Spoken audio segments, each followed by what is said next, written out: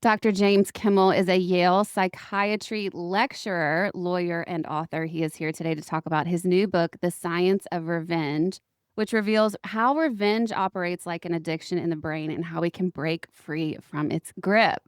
Whew, that was a tongue twister. Hi, Dr. Kimmel. Thank you so much for being here. Kelly, thanks for having me on your show. Really appreciate it. I was telling you before the podcast, I'm so excited to talk about this topic, and just your book in general, I think is coming out at the perfect time in our culture because we really can see how people are operating from such an angry, vengeful place all over the place. Like social media, it's everywhere. I feel like I open up my Instagram and I'm seeing exactly what you are talking about constantly. Are you finding that? Oh, in every way, shape, and form, it seems like it's a national and individual, community, family, workplace, everywhere problem that is just reaching, boiling levels. So it is, it's unfortunate that that my book has come out at this time, but um, great in the sense that maybe it can help a lot of people. Yeah. It's good to have a problem to solve, and we finally have some really solid mechanisms for helping tamp this down. Okay, let's get into that because I love to give the listeners tangible tools. And so we will get to all of that if you guys keep listening. But you, I know, had a deeply personal experience with revenge that really kind of shaped your life path. And then you did become a lawyer, which is almost like living out revenge in a legal way or Yeah, right. productive way. So, can you tell us a little bit about that story? Not sure about the productive part. We'll get into that.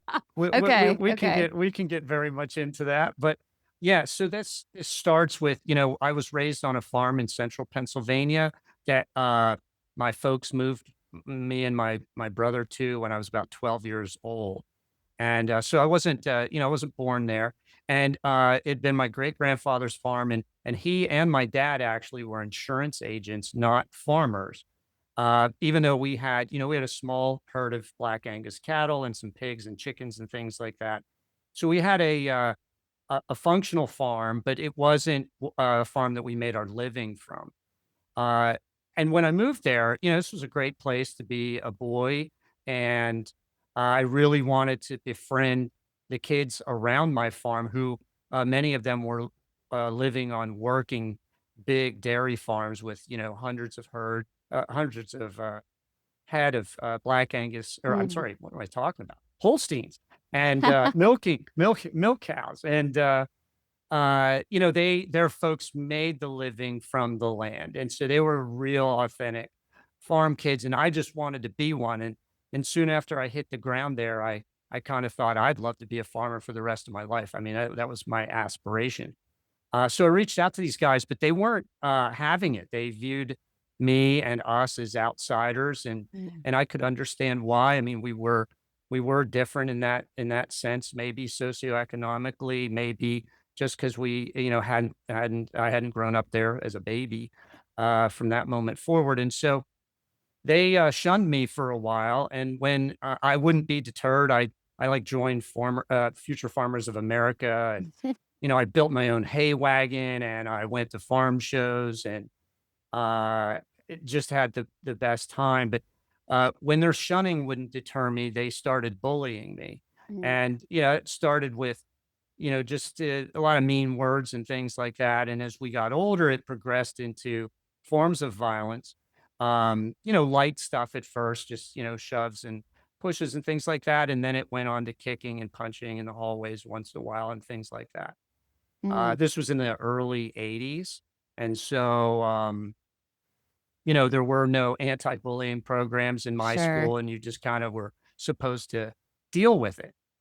Well, one night, my family and I, we were asleep. It was very late at night, and we were awakened to the sound of a gunshot.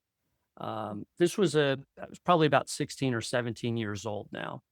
And, we rushed to the windows to see what was going on. And I saw a pickup truck speeding away. And it was a truck owned by one of the guys that had been harassing me. Uh, we looked around the house to see if there were any bullet holes or anything like that, any damage, and there wasn't. And we went back to bed eventually. Uh, the next morning, one of my jobs before going to school was to take care of those cows and pigs, and a hunting dog that we kept, a really sweet beagle named Paula. And when I went to her pen, I found her lying dead with a bullet hole in her head in a pool Oh of my blood. god. Yeah. Wow. That had to be very traumatic.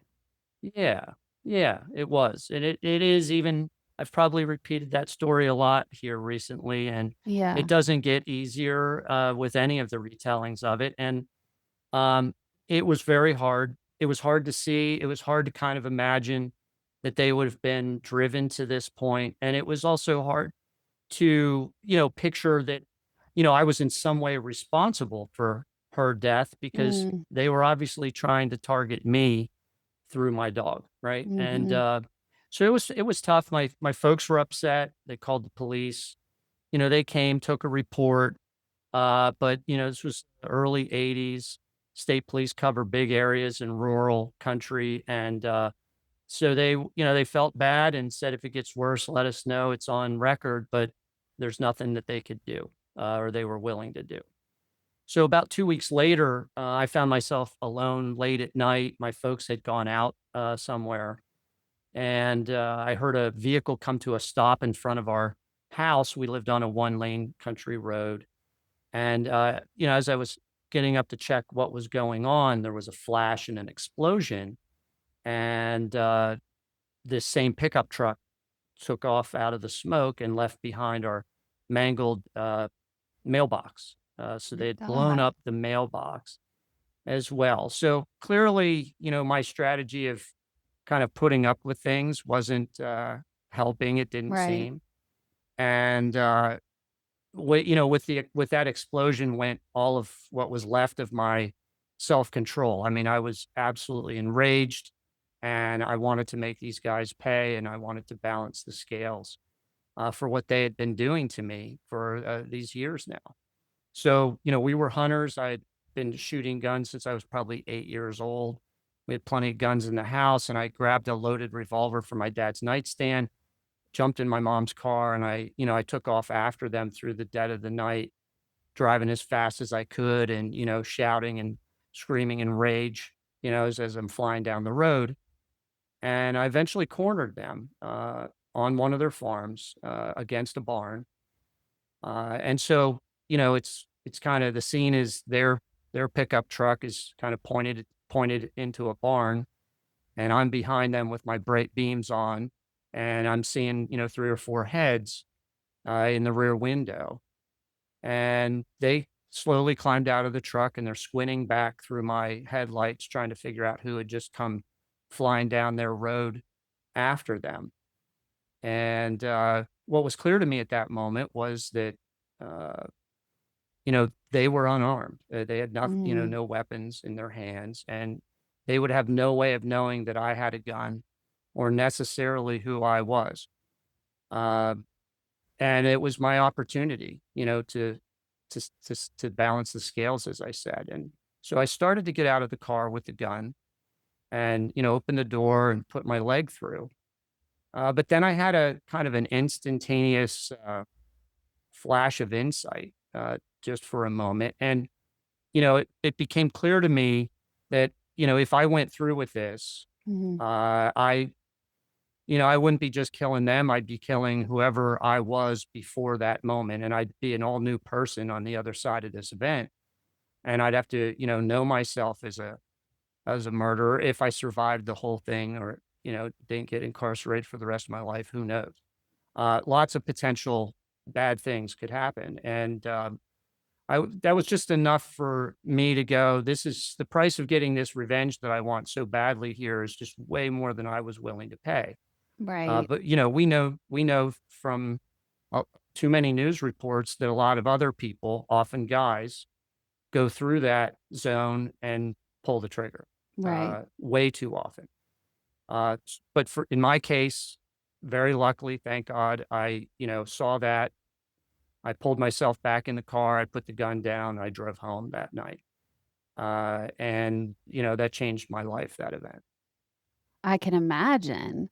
So when you drove away, my next question would be, because you obviously had some insight enough to look at your future and make a smart decision for that.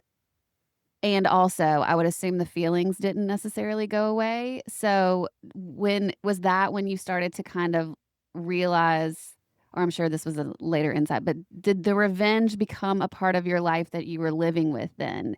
And then carry over into what you're describing now as an addiction? Yeah, well, probably at first, what a couple of things I knew was that, um, I still wanted to make those guys pay. I just Right. didn't want to do it that way. That was Yeah. pretty clear to me. There was no moment of forgiveness there at that time. I have since come to do that, but not at that time. Right. And, when I went home, I kind of hoped that maybe this torment and this bullying would stop. And in fact, it did. And, I don't have a direct explanation from those guys as to why that did. I can speculate, they might have thought it was my mom's car. Mm, I mean, or should I say, they might have recognized that it was my mother's car, and maybe they thought she was in it, and maybe they thought, "Oh boy, we've gone too far here, and we better shut it down." mhm. That could have happened. Uh, there's any number of things that could have gone through their head. They may have just felt like I did, that things had gone, like I said, really far, and the next step might result in somebody getting seriously hurt, and they decided to pull back. I'm not really sure. Like I said, it's all speculation. Right. But for me, going forward, a couple. The other big thing that happened when I got back is, my kind of quest to become a farmer, right? And as I said, that was my goal. That ended that night. Mm, It was very clear to me. I was like, "Yep, this is not going to happen for me. I'm not going to fit in here, and I'm going to have to redirect my energies." And I did, and I turned them. It was pretty late in my high school career that I turned towards academics in a serious way. I hadn't been a very good student up to that point, but I did like full force and started to get the hang of it and started to like it. And eventually, I sort of thought, well, what can I do, with an academic life? And at some point, I got this idea that maybe I could become a lawyer, because lawyers are the people in our society that have this special license to go ahead and, kind of prescribe, manufacture, and distribute revenge to the masses under the brand name of justice. Now right. that's a very I didn't think of it in those terms as a 17, 18-year old. But I did have the understanding or instinct that that these that type of profession was one that could get me what I wanted, which was a less costly, more legalized way of retaliating, and in effect, what I thought would be defending myself, than going about it in form of street justice and vigilantism and chasing Right. people around with guns. Right. Yeah. So the justice piece, I have this in me too. And it always, I think it's so interesting because as I'm listening to your story, I'm thinking, obviously you would be upset and that was unjust. What was happening to you wasn't fair. It wasn't like you asked for it or did something to merit their actions towards you. So there is this piece when you have the justice piece within you that goes, but that's not fair. So how do we fight this? And then you go into the law world, and that does seem to me like the legal, adult almost way to do it because you're doing it through the legal system. And I'm just curious though, so how, because you've now written this book about revenge as an addiction, what was the moment in your life after living through that experience and then a full career as a lawyer that made you go, wait a second, there's something here that I'm a little too attached to, or get curious about why revenge could be an addiction? Yeah, it's a great question. So, I'd say for the next 20 years of my life, after I became a lawyer and I practiced law as a litigator, what I found, in doing that is that in every case, and each step in every case, and there are, hundreds or thousands of steps and then thousands of little battles that you can win. And each time you win one, which is to say, you're putting kind of pain on your adversary Mhm. in with the goal of hoping that they'll crumble, or bend to your will, or offer up a settlement, or drop a lawsuit, whatever, whichever side you're on. And I was often on either side. It didn't matter. Um, those little battles would give me kind of a really great feeling. Wow, a zinger, a high, kind of Right. experience. Didn't last long, but it felt great. Um, there was a fair amount of pain in getting there, and then there was, and these little highs were short lived, and then you'd want the next one, right? You'd want it again and again and again. Um, and that was, was okay. For a while, when I started as my career, I was a prosecutor in the Philadelphia court system, and then I was a law clerk to a federal trial judge. So I saw the criminal side of it, Mm. right, in sentencing people as a law clerk, and in prosecuting as an assistant DA intern. I was an intern there, and those wins too felt like I was doing something good, but to get there, I spent a lot of time interviewing, the victims and Mhm. preparing them for the testimony that I was going to put them through in court, and making them relive their victimization and bringing them to tears over and Mhm. over again, and watching their pain, because some of them had been seriously, grievously hurt, and assaulted. And those things just seemed really awful, and they affected me deeply. At the same time, you know, watching someone be convicted of a crime and knowing where they were headed in handcuffs, brought at first this great feeling of, "Ooh, yes, got this guy. We're doing the right thing here."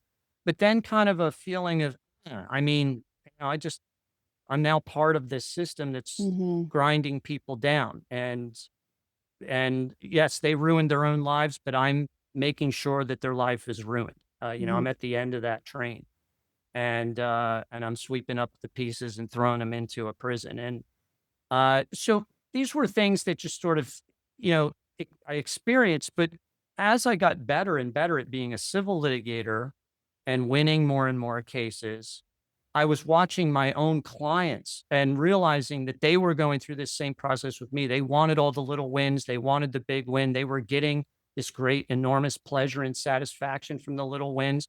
Sometimes it didn't even matter if we won the big case. There was such joy at knowing that we had made life for the other party and their lawyer worse that day. Mm. Those little moments were like, "Wow, that feels so great." And it would only, like I said, it only last a short period of time, and then you next day you'd wake up and try and do it all again, over and over again.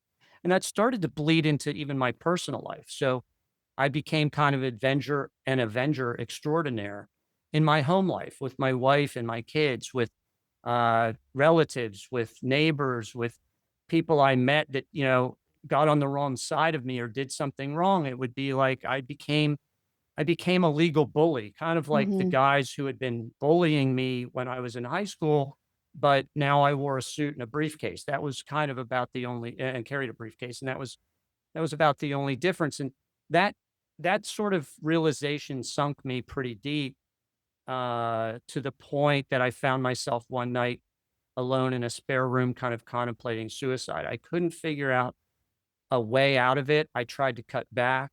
I left law firms. I went to smaller firms. I formed my own firm, trying to kind of wean myself off of this. Sure. And I couldn't get myself off of it. No matter what I did or what I tried, I kept coming back to it. It was lucrative, made me Mhm. feel good. My clients were wanting me back. They always wanted more of this stuff. Uh, and it began to make me wonder, is this an addiction? Is justice seeking in the form of revenge, can that become addictive, and am I hooked on it? Because I really was beginning to be convinced I was. Okay, well, let's talk about that then, because like we said, the book is called The Science of Revenge. And you say that revenge operates like an addiction in the brain. And we talk about addiction a lot on this podcast. We've had multiple 12-step recovery type people on the podcast or therapists. And so my listeners are very familiar with addiction to drugs, alcohol, sex, relationships, whatever it is.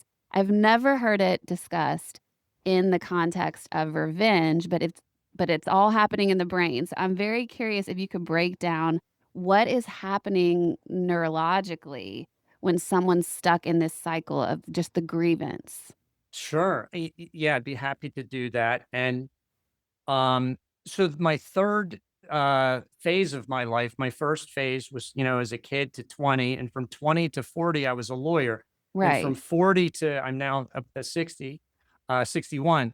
That phase, I left the law almost entirely. I'm still a lawyer, but I decided to commit myself to studying this, and I eventually was able to get invited to become a researcher and a lecturer at the Yale School of Medicine to study this. And the reason that that was able to happen is about the same time that I was theorizing this idea that I must be addicted, and all of the Yeah. people around me seemed addicted, right? The Yeah. other lawyers, their clients, the whole court system. I mean, it was just one after another. Um, Neuroscientists at universities around the world were just beginning at that same time to put people in, brain scanners, fMRI machines, and PET scans, and study and look at what's happening inside your brain when you have a grievance or you feel that you've been victimized and Mhm. and experienced injustice, and start to desire to retaliate, to punish the person who wronged you. And so here's how it works. Here's what happens. It's absolutely fascinating. So grievances are really defined as a real or an imagined Okay. perception of having been wronged, mistreated, Mhm. betrayed, disrespected, treated unjustly, victimized in any way. That's primarily psychological pain there. And those psychological pains actually register in your brain, inside your brain, in the brain's pain network, which is called the anterior insula. That's like the primary component of that network. So when you experience a perception of pain, your anterior insula, it activates. And that's been shown on many brain studies. And what that triggers then is this: the brain doesn't like pain. It doesn't want pain, and Right. it wants to rebalance the pain with pleasure. And we've evolved as humans to derive enormous pleasure from hurting the people who hurt us, which is to Mm. say, getting revenge. And I could get into, maybe separately if you want, or later on, how we might have evolved to do that. But for now, Okay. just accept the fact that we all feel the desire for revenge when we've been hurt or wronged by Mhm. someone. Mhm. And that's been observed in studies in all societies around the world. It's a very universal experience. It's not just unique to any one individual. We all sort of feel this desire to want to hurt the people who hurt us. And so what occurs inside your brain at that point is to rebalance that pain with and get a hold of that revenge pleasure. The brain activates the pleasure and reward circuitry of addiction. And, your listeners and you might be familiar with this. So that is the neural circuitry of the nucleus accumbens and the dorsal striatum. These are the pleasure and reward areas of the brain, and they activate as you begin to fantasize about retaliating or punishing the person who wronged you. And if you go and move on the fantasy world inside your head into acting out, uh, punitive acts in real life, you get you experience a dopamine rush. Your Mhm. brain surges dopamine, and then that dopamine disappears, and that disappearance gives us that experience, it's thought of craving. So we begin to crave revenge or justice in the form of revenge, retaliation, punishment, whatever you want to call it. It's all the same thing. And so we start craving that in the same way that somebody who has a substance addiction would begin, craving their drug of choice by seeing a place where they often take it, or friends who they take it with, or circumstances or stressors in their lives that often trigger this desire. So the grievance triggers the desire and the craving for revenge. The brain responds with that by giving you that craving, which is motivation to go and get your drug of choice. And in this case, the drug of choice is revenge, and the only way you can gratify your craving is by hurting other people. You've got Mm, to hurt the other person who wronged you or their proxy. And that's a common misconception that revenge is only happening when you hurt the person who wronged you. It's not.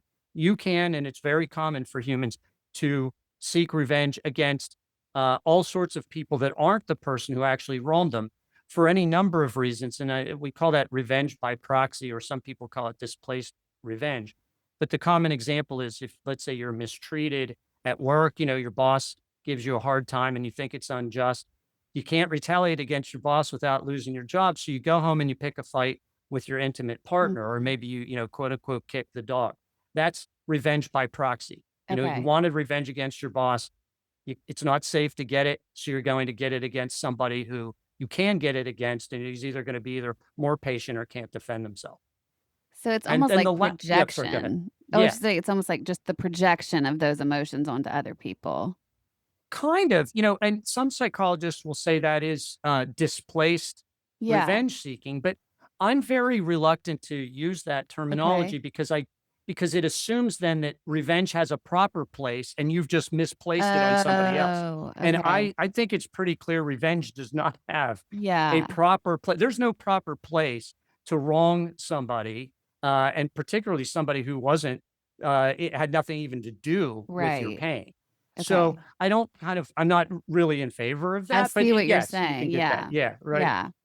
So I'm sorry. So the last step of this is so up to this point, as I said, if we've evolved to want revenge when we're wrong, Mhm. then how could that possibly be something that's bad for us? Evolution gave it to us for a reason.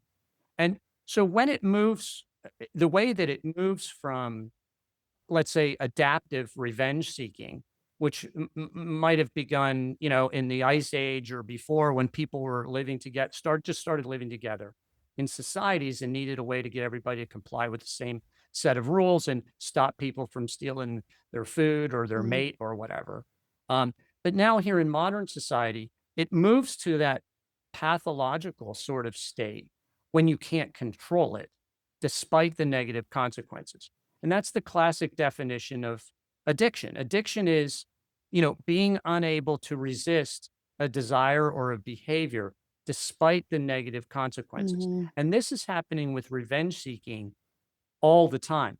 Almost always there are, negative and sometimes severely negative consequences to revenge behavior. You're at a minimum, you're always, by definition, you're hurting someone. And Right. that's the definition of a negative consequence. You're always hurting someone. And you're often hurting yourself, even though you get this early dopamine rush, it's very Mhm. short lived. And you end up feeling usually worse for going and getting the revenge than you felt beforehand. Yes, you felt the pain of the grievance, but now you have the pain of the grievance. And on top of it, you have enhanced anger, perhaps potentially guilt, potentially anxiety and fear over now what's going to come back at you because your act of justice seeking in the form of revenge is another person's act of or reception of victimization, and now they're going to want revenge against you, and we get these revenge cycles.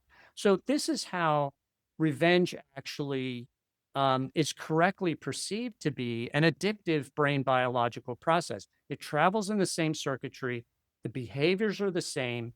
We're doing it despite the negative consequences. It's very compulsive. And when we get it, we feel, satisfied, at least for a while, but then we want to do it again. And some people want to do it again and again and again. And if you Mhm. can't control it, and we see it escalating usually as well, just like drugs go from maybe cigarettes all the way up through heroin, eventually. And that's sort of the way vengeful behavior and violence works. It starts with nonviolent forms of behavior and then slowly creeps up to, a simple assault. And then maybe it's an aggravated assault. And then maybe you're pulling a gun. I mean, it can just be anywhere along that range.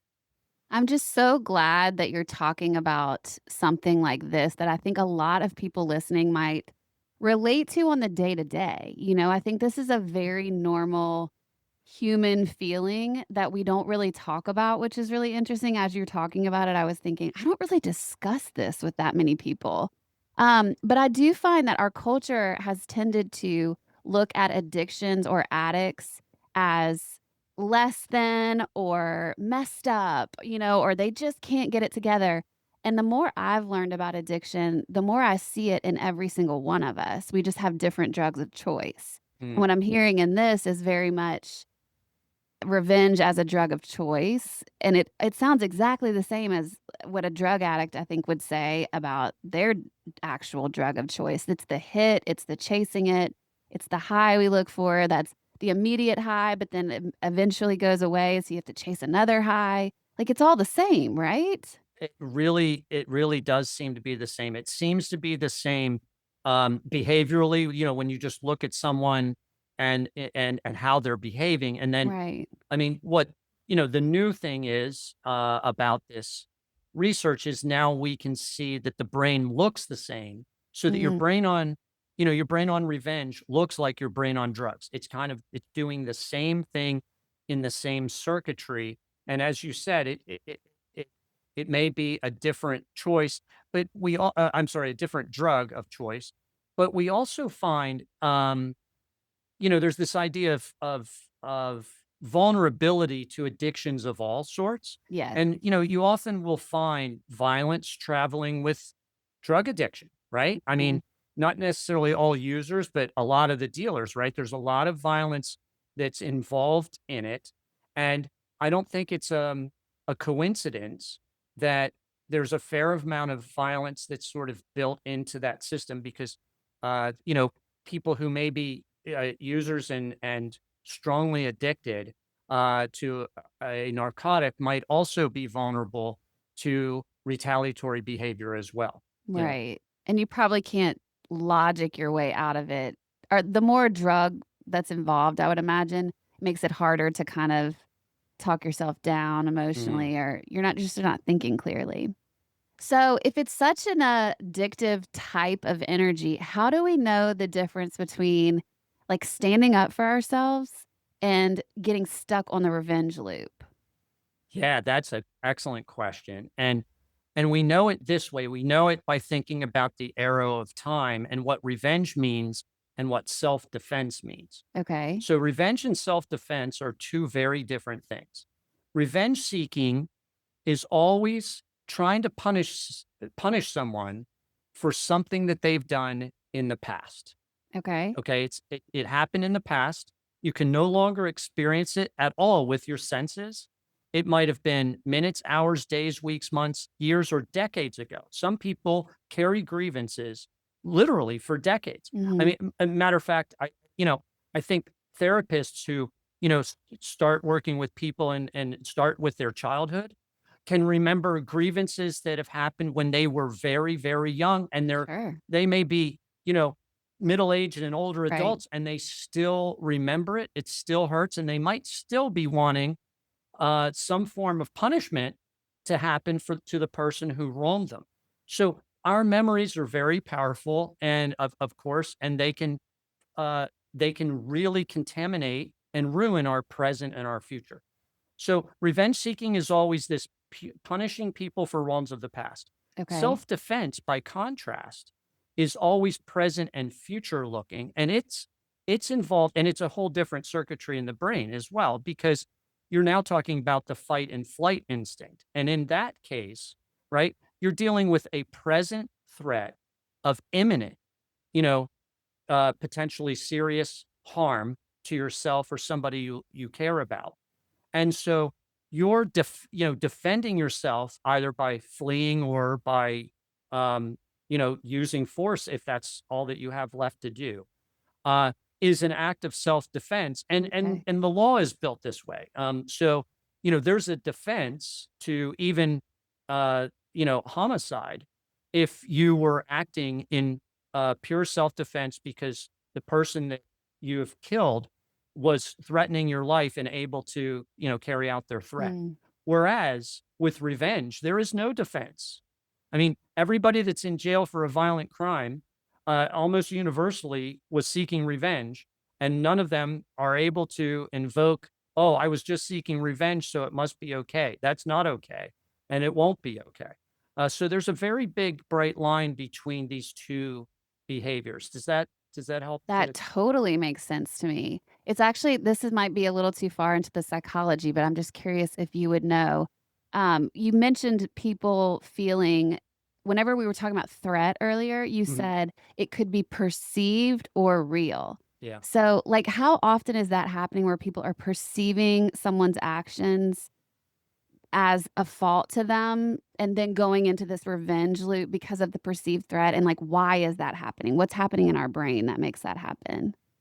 Yeah, so the perception of being wronged is a really fascinating area of this research that hasn't been significantly explored yet in terms of its ability to launch the revenge desire. But we have just almost an infinite number of examples of it from human history. One that's very recent that we can all think of is like the 2020 election. So Yes. President Trump perceived that the Democrats had stolen the election and this was a personal grievance, and his followers felt this way as well. But Right. there's never been any solid evidence that that happened. And so you get this perception of somebody doing something really bad and really dirty that's kind of detached from whether it happened or not. And it just doesn't matter because in our minds, once we feel that we're victimized, whether it's true or not, it matters not at all. Okay. Similarly, an extreme example is like Hitler after World War One. Hitler imagined, and actually the whole German people were, there was a group of politicians and military leaders who wanted to convince the German people after World War One that the reason that Germany agreed to the armistice and ultimately the Treaty of Versailles because they they betrayed Germany. They sold Germany down the river. It was a terrible act of betrayal and treason. And it is that reason that Hitler rose to power and ended up launching World War II. But when we go back and look at the evidence, none of that occurred. Mm, Jews didn't do anything. Politicians, the military leaders, the two highest German military leaders, agreed to the armistice because they thought it was the best thing that they could get because they were losing the war, and so they uh, got some politicians to kind of sign the documents without them actually doing it, and they escaped from that type of scrutiny, and that led to an entire world war. So those are extreme examples, but in our daily lives this is happening, all of the time. We think that someone, and I'm sure you can think of tons of examples in your own life in which, you think that somebody said something mm, to you that was intended to hurt, to insult you or hurt your feelings, and you're like, "Wait, what did you just say? Why did you do that?" And then they go, "Oh no, no, no, no, peace, man. I didn't mean that at all." But you misread it as a direct attack mhm, or you see somebody that you think is, cut you off in traffic, and maybe, if you had the time to analyze the whole thing and question them, they'd be like, "I didn't even see you, man. I'm sorry. I was just trying to get to my job because I was late." And then you might go, "Oh, okay. I don't feel so bad now because you had a good reason for doing it." And this is happening all the time in our families and in our personal lives, and in our workplaces. So we're misperceiving it sometimes, not always. We're often perceiving real victimization, but we're also trying to create it. If you're a revenge addict, you want to create these victimization experiences so you can get that revenge high again. oh my So god, you will yeah. find people in your life who are kind of always looking for the reason to feel aggrieved and upset. And we know these people, right? And I think I was one of them for quite a while, as a matter of fact, as part of my, I consider myself a recovering revenge addict. And I think during those years when I was a lawyer doing that, I was always looking for an opportunity to find that something is unfair and that I Mhm, can now retaliate against. mhm, And some people will create those opportunities out of thin air and misinterpret deliberately an act in order to perceive it as something that it was never intended to be in order to sort of trigger this involuntary victimization and now retaliation response that It feels very gratifying. Yeah, and it's literally like every other addiction. I mean, the more you're talking about it, it's making so much sense to me because, like an alcoholic, for instance, if you've ever had an experience with an active alcoholic, often your behavior is blamed for why they needed to go get drunk, Hmm. and it's that same exact thing. It's the perceived threat or the perceived harm or fault or whatever to then be able to go act out and not feel guilty about it or whatever, because you have the right to do it. Yeah, that's a great insight, and I've never had anyone actually bring it up to me in that way, is that, Yeah, an alcoholic will kind of blame the other person. If you would just, be different and not kind of keep provoking right. me, I wouldn't be drinking all the time. It's not. They're using your behavior in order to create a scenario in which drinking is the perfect response. Or Mhm. in this case, in my case, it's revenge seeking is the response. And it'll make me feel better if I can just set those dominoes up and then knock them down. And even though I'm self-creating these victimization experiences. Yes, exactly. Okay, well, we've talked about the problem, so I have to talk about the healing a little bit. We told the listeners we'd give them some tangible tools. So, what are some of the science-backed strategies that you've come up with now that you call yourself even a recovering revenge addict, that actually help get our brain away from this vengeful thinking? Yeah. So I'm going to jump kind of. I usually start with the addiction strategies, which your audience will know well, because, and I'll just briefly touch on that, I guess, Okay. before I go on. So if you think about it, if it's correct, and I believe it absolutely is, there's enough evidence to show that uh, revenge is can become an addiction for people. Not all Mhm. people, but some Mhm. people. It becomes a compulsion. Maybe 20%, 20% of the people in the world who try alcohol or drugs become addicted to them, which means 80% don't.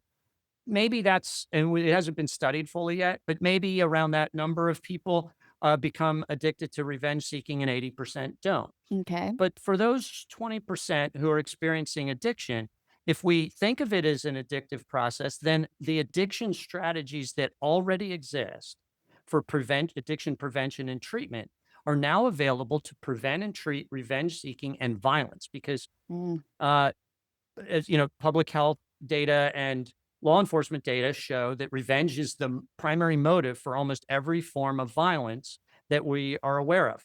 Everything from intimate partner violence, and bullying, all the way up through police brutality and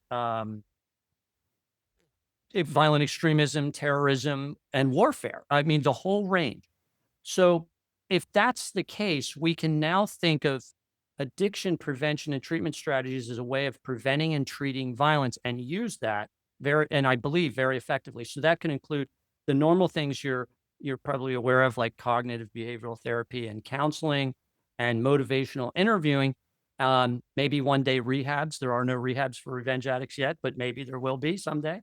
And it may include anti-craving drugs, even the GLP-1 uh, drugs that seem to be effective for food cravings Yeah. might be found to be effective for revenge desires. I mean, which would be, an astonishing development. That's really Hasn't interesting. been Yeah. studied yet, but pretty cool Yeah. stuff. Yeah.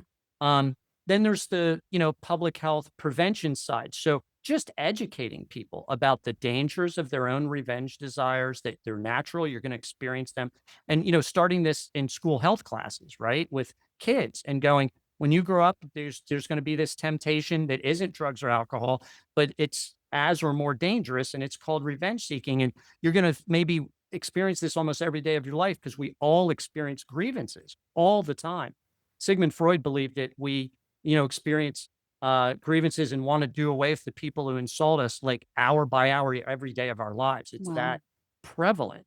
And so teaching people about this in itself would help a lot of people control it and seek Mhm. help if they can.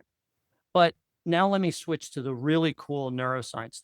To me, this is the most important neuroscience um, discovery that I learned in all of my years now in researching this.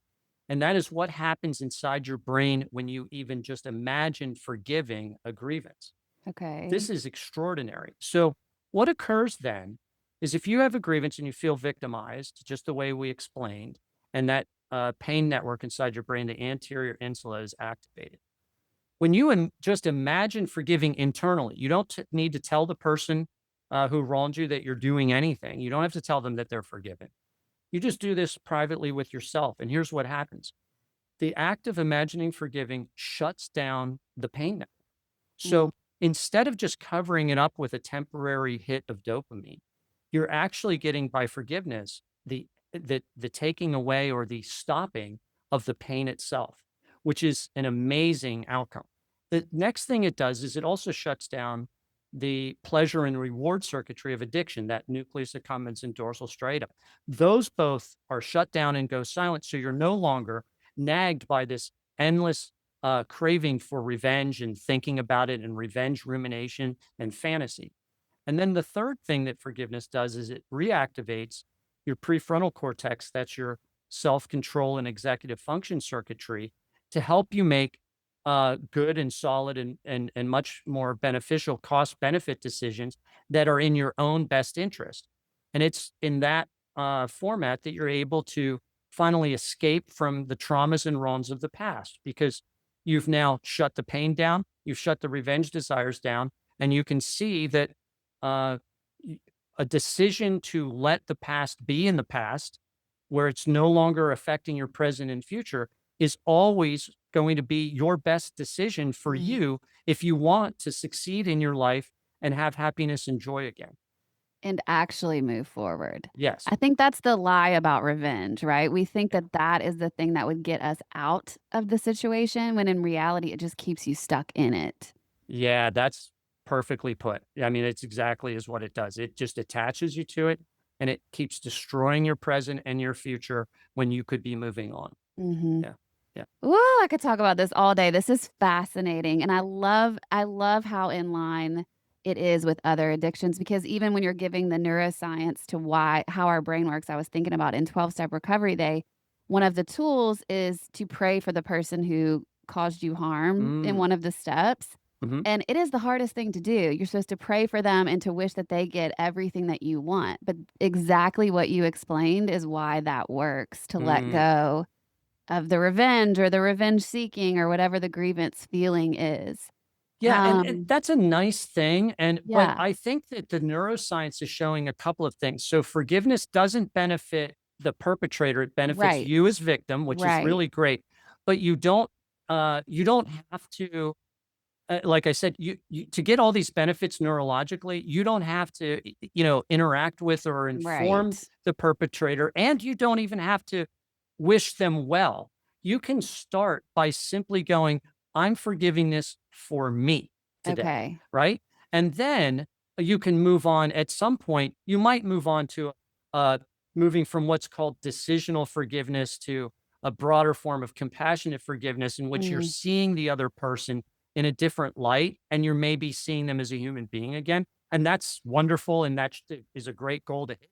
But you don't have to start there, which is a big ask for a lot of people. You know, 100%. that's a big I like ask, your man. step better with that Right. because adding that one in, it, yeah, because it's almost, I feel like sometimes it feels dismissive of the feelings that Yeah. you're really stuck on right then. But if you can think about it from a way of, I'm doing this for me as an act of self care in a way, I think that's an easier thing to wrap your brain around first. Right. And to help that happen, I want to make sure I leave your listeners and you with this method. So one of the things that I've done at Yale for the over the last 14 years is research a method that I developed called the non-justice system, or miracle court, that kind of addresses what we were just talking about there. Okay. And that is this. And so there's a free app. It's called the Miracle Court app, and it's Okay. just at miraclecourt.com.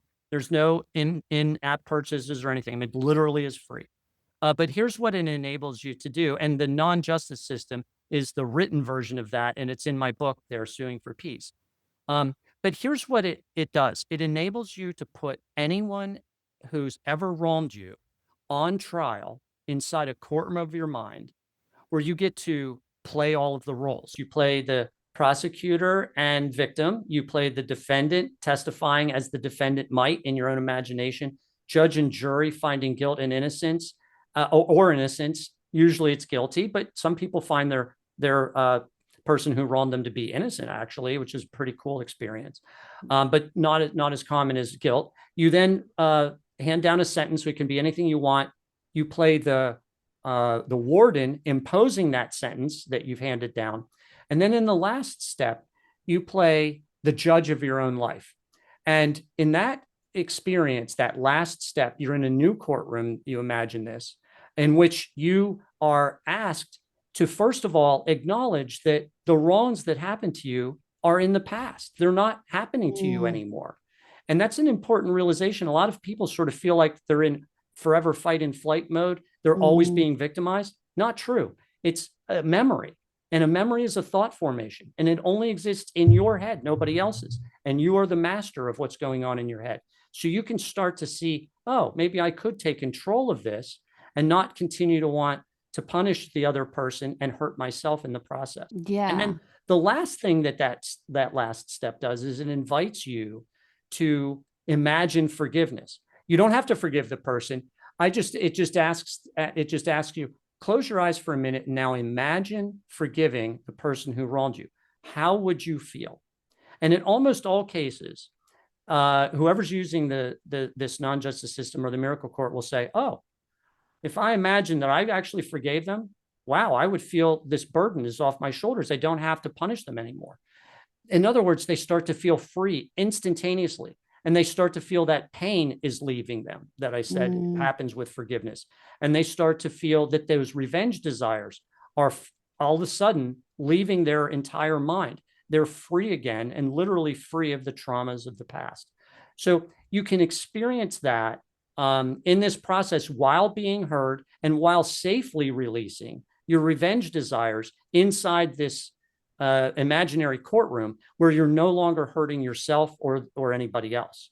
So you safely, it's kind of like methadone for a drug addict is the way I explain it. You get the chance to experience revenge in a safe way, release it, and then move on to a point of healing. It's so interesting because I think so much of what drives so many of us all the time is this need to feel seen and heard.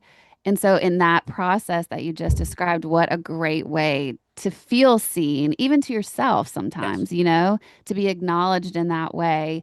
And then also to realize how much you're carrying because of this. That is always a fascinating experience to me, is to realize the harm I'm doing to myself by continuing to carry things on. Wow. Well, this was so fascinating. If you guys want to know more about this topic in general, the book is out now. It's called The Science of Revenge. As always, I will put that in the description of this podcast. Dr. Kimmel, where else can people find you if they want to keep up with your work? Sure. I have a website. It's jameskimmeljr.com, jameskimmeljr.com is probably the best place. I'm also on X at jameskimmeljr.com as well. And Blue Sky, I think I have an account now there as well.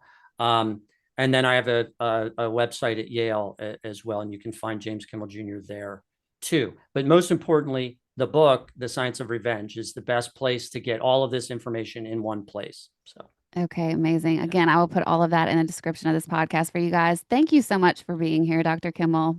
You're so welcome, Kelly. A great interview. Thank you.